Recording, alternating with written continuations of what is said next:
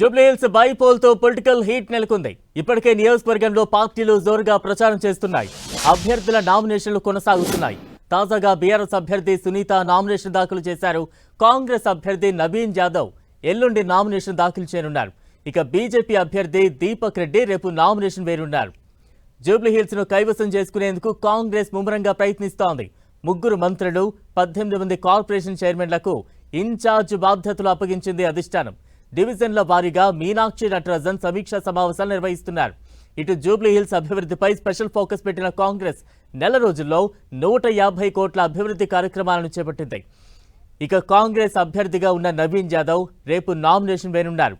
ఇటు జూబ్లీహిల్స్ బీఆర్ఎస్ అభ్యర్థిగా మాగంటి సునీత నామినేషన్ దాఖలు చేశారు.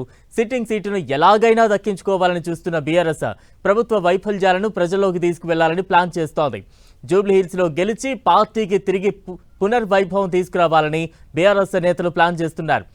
మరోవైపు జూబ్లీహిల్స్ లో అధికార పార్టీ ఓట్ చోరీకి పాల్పడిందని ఆరోపిస్తున్న బీఆర్ఎస్ ఈసీకి కూడా ఫిర్యాదు చేసింది. ఈసీ నుంచి ఎలాంటి కదలిక లేదని న్యాయ పోరాటానికి కూడా సిద్ధమైంది.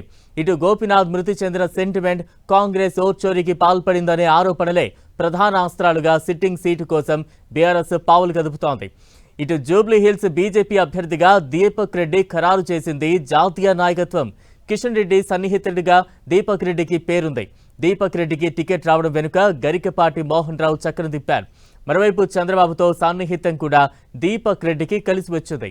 జనసేన మద్దతు కూడా ఉంటుందని దీపక్ రెడ్డి సన్నిహితులు చెబుతున్నారు. గత ఎన్నికల్లో 25,000కు పైగా ఓట్లు సాధించారు దీపక్ రెడ్డి. రేపు దీపక్ రెడ్డి నామినేషన్ వేయనున్నారు.